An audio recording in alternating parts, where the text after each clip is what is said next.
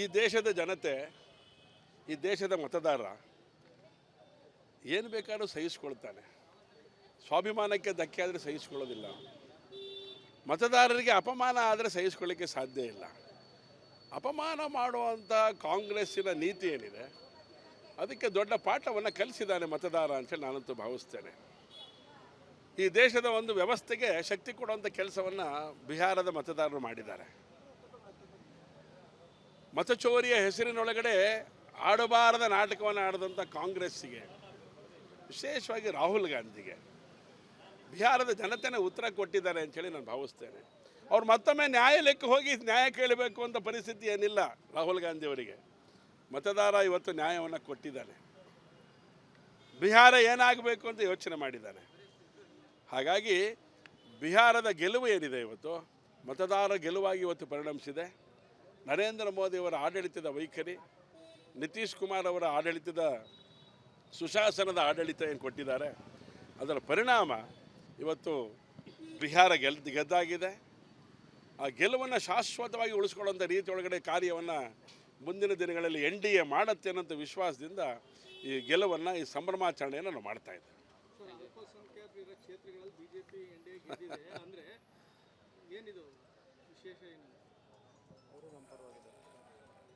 ಇದು ಹಿಂದೂ ರಾಷ್ಟ್ರ ಅಂತೇಳಿ ಇತ್ತೀಚೆಗೆ ಅನೇಕರು ಮಾತಾಡ್ತಾ ಇದ್ರು.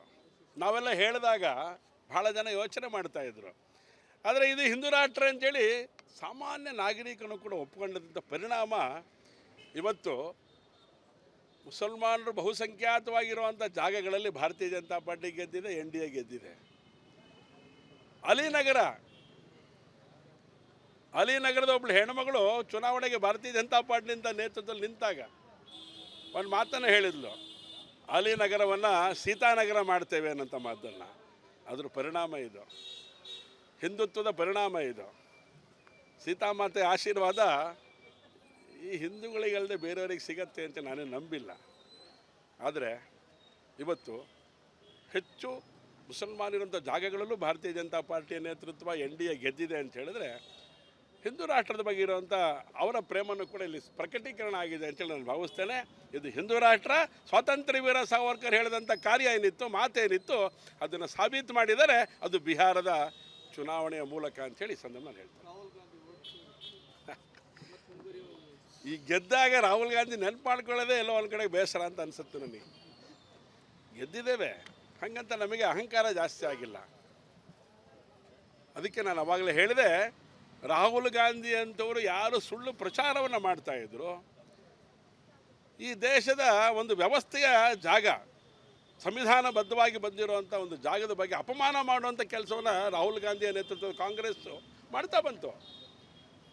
ಚುನಾವಣಾ ಆಯೋಗದ ಬಗ್ಗೆನೇ ಪ್ರಶ್ನೆ ಮಾಡುವಂಥ ಸ್ಥಿತಿ. ನಾವು ಪ್ರಶ್ನೆ ಮಾಡಬಾರ್ದು ಅಂತ ಹೇಳೋದಿಲ್ಲ, ಆದರೆ ಎಲ್ಲಿ ಏನು ಮಾಡಬೇಕು ಮಾಡದೆ ಹೋದರೆ ಬಿಹಾರದ ಜನ ಇವತ್ತು ನಿಮ್ಮ ಜಾಗವನ್ನು ತೋರಿಸಿದ್ದಾರೆ. ಆಶೀರ್ವಾದ ಮಾಡಲಿಕ್ಕೆ ಸಾಮಾನ್ಯವಾಗಿ 5 ಬೆರಳು ಬೇಕು, ಒಂದು ಹಸ್ತ ಬೇಕು.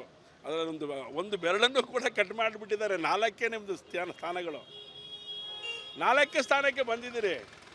ಇನ್ನಾದರೂ ಎಚ್ಚೆತ್ತುಕೊಳ್ಳಿ. ಕಾಂಗ್ರೆಸ್ ಈ ದೇಶದ ಅಸ್ಮಿತೆ ಏನಿದೆ ಅನ್ನೋದನ್ನು ಅರ್ಥ ಮಾಡಿಕೊಳ್ಳಿ. ಕಾಂಗ್ರೆಸ್, ಈ ಸಿದ್ದರಾಮಯ್ಯನವರು ಕೂಡ ಇದ್ರ ಬಗ್ಗೆ ಗಂಭೀರವಾಗಿ ಆಲೋಚನೆಯನ್ನು ಮಾಡಲಿ. ಏಕೆ ಎಲ್ಲಿ ವ್ಯತ್ಯಾಸ ಆಗಿದೆ ಅಂಥೇಳಿ, ಯಾಕೆ ಸೋತೀವಿ ಅಂಥೇಳಿ ನಾವು ಹುಡುಕ್ತೀವಿ ಅನ್ನೋಂಥ ಮಾತನ್ನು ಹೇಳ್ಕೊಂಡಿದ್ದಾರೆ ಅವರು. ಯಾಕೆ ಸೋತಿದ್ದೀವಿ ಅಂತ ಹೇಳಿ ನಾನು ನೋಡ್ತೇನೆ, ಆಮೇಲೆ ವಿಚಾರವನ್ನು ಮಾಡ್ತೇನೆ ಅಂಥೇಳಿ. ನಿಮ್ಮ ಸೋಲಿರೋದು ಹಿಂದುತ್ವದ ವಿರೋಧಿ ನೀತಿ ಒಳಗಡೆ ನಿಮ್ಮ ಸೋಲಿದೆ. ಅದನ್ನು ಅರ್ಥ ಮಾಡ್ಕೊಂಬಿಡಿ ಸಿದ್ದರಾಮಯ್ಯನವರೇ. ಹಿಂದುತ್ವದ ವಿರೋಧಿ ನೀತಿ ಒಳಗಡೆ ನಿಮ್ಮ ಸೋಲಿರುವಂಥದ್ದು. ಕಾಂಗ್ರೆಸ್ಸಿನ ಹಿಂದುತ್ವದ ವಿರೋಧಿಯ ನೀತಿ ಇವತ್ತು ಬಿಹಾರದ ಚುನಾವಣೆಯ ಗೆಲುವು ಅನ್ನೋದನ್ನು ನಾನು ಇವತ್ತು ಸಾರಿ ಹೇಳಲಿಕ್ಕೆ ನಾನು ಇಷ್ಟಪಡ್ತೇನೆ. ಈ ದೇಶದ ಜನತೆ, ಈ ದೇಶದ ಮತದಾರ ಏನು ಬೇಕಾದ್ರೂ ಸಹಿಸ್ಕೊಳ್ತಾನೆ. ಸ್ವಾಭಿಮಾನಕ್ಕೆ ಧಕ್ಕೆ ಆದರೆ ಸಹಿಸ್ಕೊಳ್ಳೋದಿಲ್ಲ. ಮತದಾರರಿಗೆ ಅಪಮಾನ ಆದರೆ ಸಹಿಸ್ಕೊಳ್ಳಿಕ್ಕೆ ಸಾಧ್ಯ ಇಲ್ಲ. ಅಪಮಾನ ಮಾಡುವಂಥ ಕಾಂಗ್ರೆಸ್ಸಿನ ನೀತಿ ಏನಿದೆ ಅದಕ್ಕೆ ದೊಡ್ಡ ಪಾಠವನ್ನು ಕಲಿಸಿದ್ದಾನೆ ಮತದಾರ ಅಂತೇಳಿ ನಾನಂತೂ ಭಾವಿಸ್ತೇನೆ. ಈ ದೇಶದ ಒಂದು ವ್ಯವಸ್ಥೆಗೆ ಶಕ್ತಿ ಕೊಡುವಂಥ ಕೆಲಸವನ್ನು ಬಿಹಾರದ ಮತದಾರರು ಮಾಡಿದ್ದಾರೆ. ಮತಚೋರಿಯ ಹೆಸರಿನೊಳಗಡೆ ಆಡಬಾರದ ನಾಟಕವನ್ನು ಆಡಿದಂಥ ಕಾಂಗ್ರೆಸ್ಸಿಗೆ, ವಿಶೇಷವಾಗಿ ರಾಹುಲ್ ಗಾಂಧಿಗೆ ಬಿಹಾರದ ಜನತೆನೇ ಉತ್ತರ ಕೊಟ್ಟಿದ್ದಾರೆ ಅಂಥೇಳಿ ನಾನು ಭಾವಿಸ್ತೇನೆ.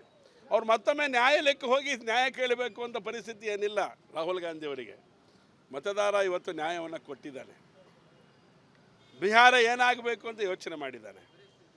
ಹಾಗಾಗಿ ಬಿಹಾರದ ಗೆಲುವು ಏನಿದೆ ಇವತ್ತು ಮತದಾರ ಗೆಲುವಾಗಿ ಇವತ್ತು ಪರಿಣಮಿಸಿದೆ.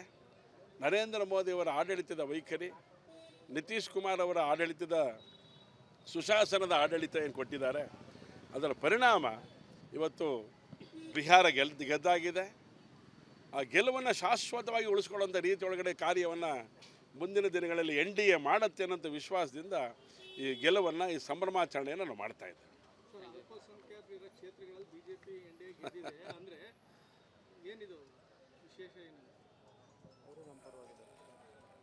ಇದು ಹಿಂದೂ ರಾಷ್ಟ್ರ ಅಂತೇಳಿ ಇತ್ತೀಚೆಗೆ ಅನೇಕರು ಮಾತಾಡ್ತಾ ಇದ್ರು. ನಾವೆಲ್ಲ ಹೇಳಿದಾಗ ಭಾಳ ಜನ ಯೋಚನೆ ಮಾಡ್ತಾ ಇದ್ರು. ಆದರೆ ಇದು ಹಿಂದೂ ರಾಷ್ಟ್ರ ಅಂತೇಳಿ ಸಾಮಾನ್ಯ ನಾಗರಿಕನು ಕೂಡ ಒಪ್ಪಿಕೊಂಡಂಥ ಪರಿಣಾಮ ಇವತ್ತು ಮುಸಲ್ಮಾನರು ಬಹುಸಂಖ್ಯಾತವಾಗಿರುವಂಥ ಜಾಗಗಳಲ್ಲಿ ಭಾರತೀಯ ಜನತಾ ಪಾರ್ಟಿ ಗೆದ್ದಿದೆ, NDA ಗೆದ್ದಿದೆ. ಅಲಿನಗರದ ಒಬ್ಬಳು ಹೆಣ್ಮಗಳು ಚುನಾವಣೆಗೆ ಭಾರತೀಯ ಜನತಾ ಪಾರ್ಟಿಯಿಂದ ನೇತೃತ್ವದಲ್ಲಿ ನಿಂತಾಗ ಒಂದು ಮಾತನ್ನು ಹೇಳಿದ್ಲು, ಅಲಿನಗರವನ್ನು ಸೀತಾನಗರ ಮಾಡ್ತೇವೆ ಅನ್ನೋಂಥ ಮಾತನ್ನು. ಅದ್ರ ಪರಿಣಾಮ ಇದು, ಹಿಂದುತ್ವದ ಪರಿಣಾಮ ಇದು. ಸೀತಾಮಾತೆ ಆಶೀರ್ವಾದ ಈ ಹಿಂದೂಗಳಿಗಲ್ಲದೆ ಬೇರೆಯವರಿಗೆ ಸಿಗತ್ತೆ ಅಂತ ನಾನೇ ನಂಬಿಲ್ಲ.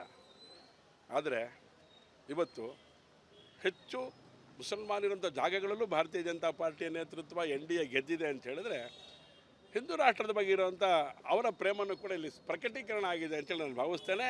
ಇದು ಹಿಂದೂ ರಾಷ್ಟ್ರ, ಸ್ವಾತಂತ್ರ್ಯ ವೀರ ಸಾವರ್ಕರ್ ಹೇಳಿದಂಥ ಕಾರ್ಯ ಏನಿತ್ತು, ಮಾತೇನಿತ್ತು, ಅದನ್ನು ಸಾಬೀತು ಮಾಡಿದರೆ ಅದು ಬಿಹಾರದ ಚುನಾವಣೆಯ ಮೂಲಕ ಅಂಥೇಳಿ ಸಂದರ್ಭ ನಾನು ಹೇಳ್ತೇನೆ. ಈ ಗೆದ್ದಾಗ ರಾಹುಲ್ ಗಾಂಧಿ ನೆನಪು ಮಾಡ್ಕೊಳ್ಳೋದೇ ಎಲ್ಲೋ ಒಂದು ಕಡೆ ಬೇಸರ ಅಂತ ಅನಿಸುತ್ತೆ ನನಗೆ. ಗೆದ್ದಿದ್ದೇವೆ, ಹಾಗಂತ ನಮಗೆ ಅಹಂಕಾರ ಜಾಸ್ತಿ ಆಗಿಲ್ಲ. ಅದಕ್ಕೆ ನಾನು ಅವಾಗಲೇ ಹೇಳಿದೆ, ರಾಹುಲ್ ಗಾಂಧಿ ಅಂತವರು ಯಾರು ಸುಳ್ಳು ಪ್ರಚಾರವನ್ನು ಮಾಡ್ತಾಯಿದ್ರು, ಈ ದೇಶದ ಒಂದು ವ್ಯವಸ್ಥೆಯ ಜಾಗ, ಸಂವಿಧಾನಬದ್ಧವಾಗಿ ಬಂದಿರುವಂಥ ಒಂದು ಜಾಗದ ಬಗ್ಗೆ ಅಪಮಾನ ಮಾಡುವಂಥ ಕೆಲಸವನ್ನು ರಾಹುಲ್ ಗಾಂಧಿಯ ನೇತೃತ್ವದ ಕಾಂಗ್ರೆಸ್ಸು ಮಾಡ್ತಾ ಬಂತು. ಚುನಾವಣಾ ಆಯೋಗದ ಬಗ್ಗೆನೇ ಪ್ರಶ್ನೆ ಮಾಡುವಂಥ ಸ್ಥಿತಿ. ನಾವು ಪ್ರಶ್ನೆ ಮಾಡಬಾರ್ದು ಅಂತ ಹೇಳೋದಿಲ್ಲ, ಆದರೆ ಎಲ್ಲಿ ಏನು ಮಾಡಬೇಕು ಮಾಡದೆ ಹೋದರೆ ಬಿಹಾರದ ಜನ ಇವತ್ತು ನಿಮ್ಮ ಜಾಗವನ್ನು ತೋರಿಸಿದ್ದಾರೆ. ಆಶೀರ್ವಾದ ಮಾಡಲಿಕ್ಕೆ ಸಾಮಾನ್ಯವಾಗಿ 5 ಬೆರಳು ಬೇಕು, ಒಂದು ಹಸ್ತ ಬೇಕು. ಅದರ ಒಂದು ಬೆರಳನ್ನು ಕೂಡ ಕಟ್ ಮಾಡಿಬಿಟ್ಟಿದ್ದಾರೆ. 4 ನಿಮ್ಮದು ಸ್ಥಾನಗಳು, 4 ಸ್ಥಾನಕ್ಕೆ ಬಂದಿದ್ದೀರಿ. ಇನ್ನಾದರೂ ಎಚ್ಚೆತ್ತುಕೊಳ್ಳಿ. ಕಾಂಗ್ರೆಸ್ ಈ ದೇಶದ ಅಸ್ಮಿತೆ ಏನಿದೆ ಅನ್ನೋದನ್ನು ಅರ್ಥ ಮಾಡಿಕೊಳ್ಳಿ. ಕಾಂಗ್ರೆಸ್ ಈ ಸಿದ್ದರಾಮಯ್ಯನವರು ಕೂಡ ಇದ್ರ ಬಗ್ಗೆ ಗಂಭೀರವಾಗಿ ಆಲೋಚನೆಯನ್ನು ಮಾಡಲಿ. ಏಕೆ ಎಲ್ಲಿ ವ್ಯತ್ಯಾಸ ಆಗಿದೆ ಅಂಥೇಳಿ, ಯಾಕೆ ಸೋತ್ವಿ ಅಂಥೇಳಿ ನಾವು ಹುಡುಕ್ತೀವಿ ಅನ್ನೋಂಥ ಮಾತನ್ನು ಹೇಳ್ಕೊಂಡಿದ್ದಾರೆ ಅವರು. ಯಾಕೆ ಸೋತಿದ್ದೀವಿ ಅಂತ ಹೇಳಿ ನಾನು ನೋಡ್ತೇನೆ, ಆಮೇಲೆ ವಿಚಾರವನ್ನು ಮಾಡ್ತೇನೆ ಅಂಥೇಳಿ. ನಿಮ್ಮ ಸೋಲಿರೋದು ಹಿಂದುತ್ವದ ವಿರೋಧಿ ನೀತಿ ಒಳಗಡೆ ನಿಮ್ಮ ಸೋಲಿದೆ. ಅದನ್ನು ಅರ್ಥ ಮಾಡ್ಕೊಂಬಿಡಿ ಸಿದ್ದರಾಮಯ್ಯನವರೇ. ಹಿಂದುತ್ವದ ವಿರೋಧಿ ನೀತಿ ಒಳಗಡೆ ನಿಮ್ಮ ಸೋಲಿರುವಂಥದ್ದು. ಕಾಂಗ್ರೆಸ್ಸಿನ ಹಿಂದುತ್ವದ ವಿರೋಧಿಯ ನೀತಿ ಇವತ್ತು ಬಿಹಾರದ ಚುನಾವಣೆಯ ಗೆಲುವು ಅನ್ನೋದನ್ನು ನಾನು ಇವತ್ತು ಸಾರಿ ಹೇಳಲಿಕ್ಕೆ ನಾನು ಇಷ್ಟಪಡ್ತೇನೆ.